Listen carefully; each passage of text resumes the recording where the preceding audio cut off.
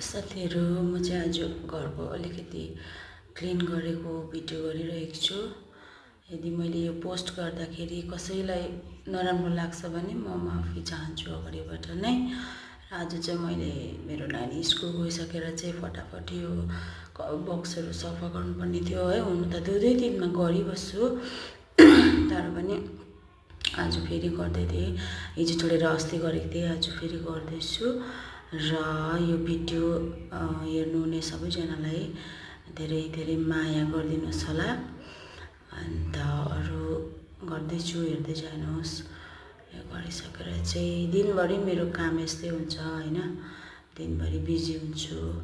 हुन त घरको काम मान्छेले देख्दैन है, तर आफूलाई थाहा हुन्छ कहाँ के छ, चेकचाप कता कता खोजखाज गरेर सरसफाइ गर्नुपर्ने हुन्छ हैन।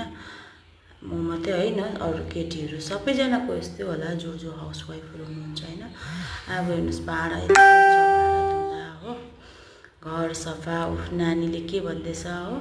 अर्को नानी चाहिँ स्कुल गयो, उ चाहिँ अब स्कुल जाने बेला हुँदैछ, उसको पनि भाडा धोइसके। अन्त अब चाहिँ म चाहिँ लाग्छु